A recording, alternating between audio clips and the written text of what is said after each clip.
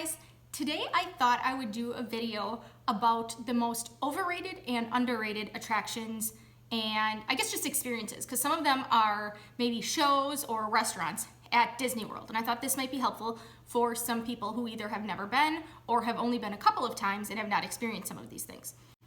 Okay, so let's get started. So I wanted to start with the most overrated because I wanted to end on a happier note.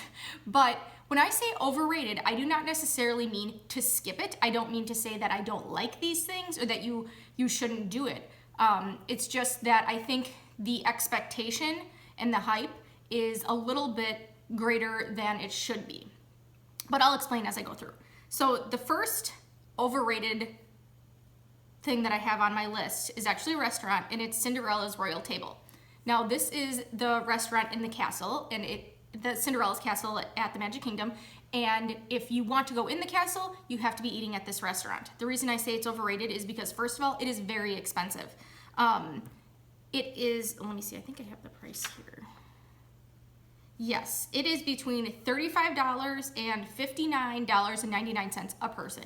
It is expensive, and if you are on the dining plan, you have to use 2 table service meal credits. The reason I think it's overrated is because, first of all, it's expensive. I don't think the quality or quantity of food is worth it. And secondly, it is a huge time suck.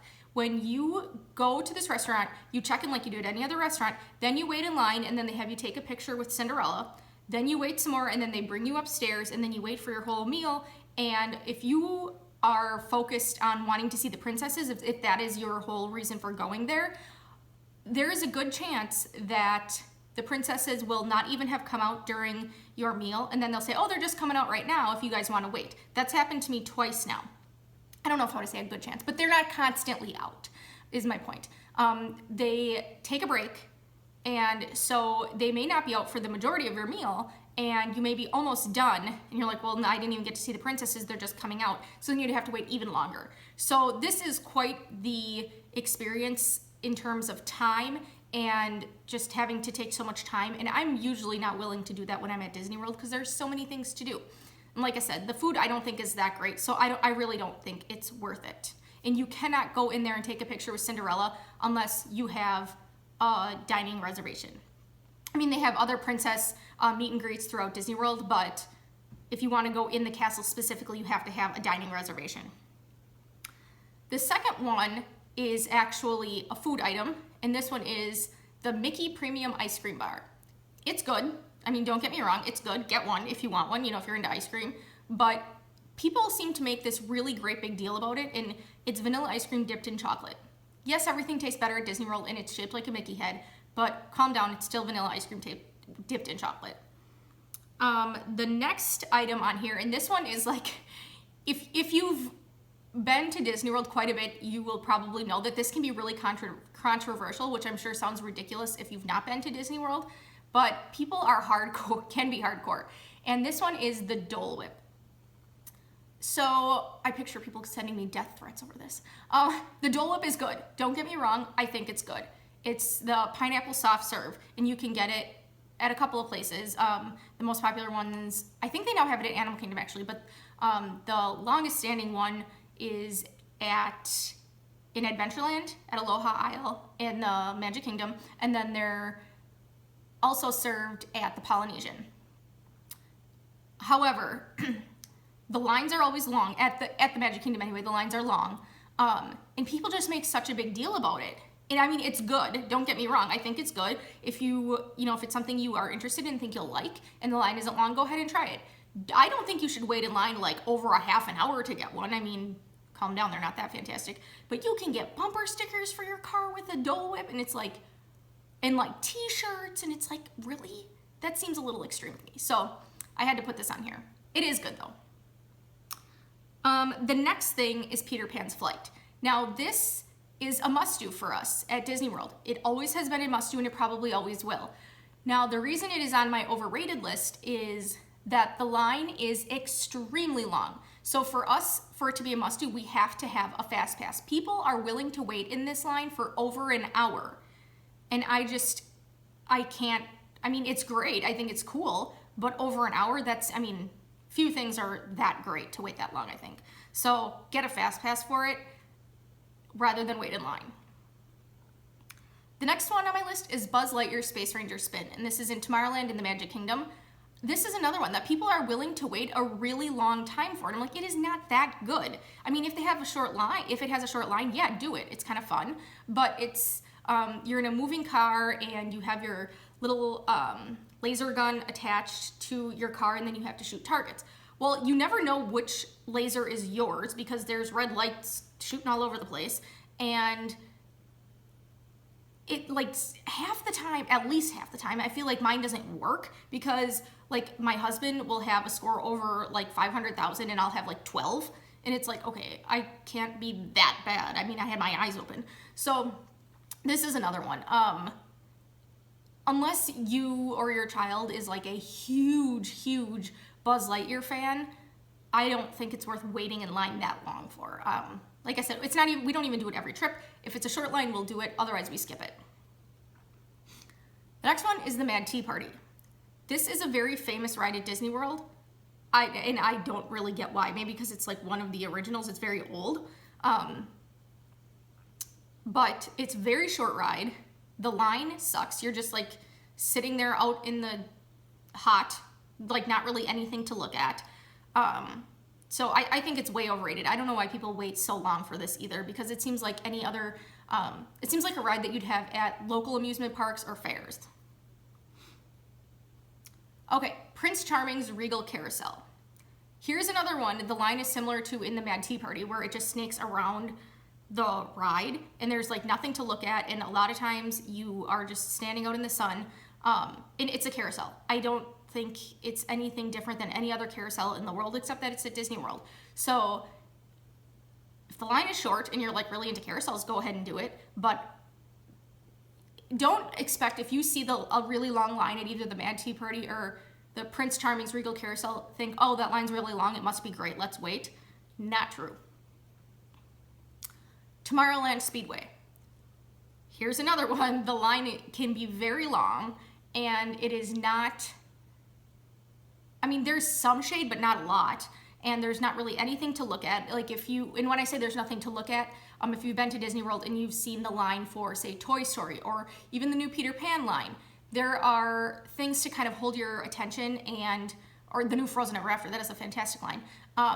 There are things to hold your attention and kind of help you to pass the time. Some of these do not have any of that, so it makes waiting in line kind of even more miserable. I mean, a lot of them, if it's a really cool ride like Frozen Ever After, it goes by so much faster. You know, if it's just a really cool line, and sometimes the line is even better than the ride.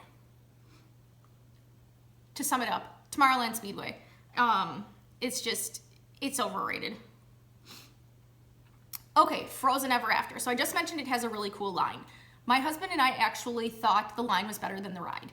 So I don't know, and I'm trying to think, if I had a kid that was really into Frozen, first of all, I would get a Fast Pass. For sure, get a Fast Pass. It's the newest ride at Epcot, so it's also the busiest. I would not attempt to wait in line there. I don't think it's worth waiting over 30 minutes for. But if I had a kid who was really into Frozen, I'd either get a Fast Pass or not even tell them it's there, honestly, and just skip over it. But the line is really cool. Another super popular one is Toy Story Mania, and this is at Hollywood Studios. And it is a very cool ride, don't get me wrong. It's a must-do for us, but it is like the running of the bulls when you get into Hollywood Studios with everybody running toward Toy Story Mania. Now, it is better now that you don't have the paper Fast Passes, because before people were running to get a Fast Pass and then they were gonna just get in line and ride right away. Now that's not quite as bad because people will have their Fast Pass, so they don't have to worry. They know they can at least ride it once. But for people who want to ride it twice, they either have to get in line right away or wait a long time, or if you don't have a Fast Pass at all, you have to get in line right away.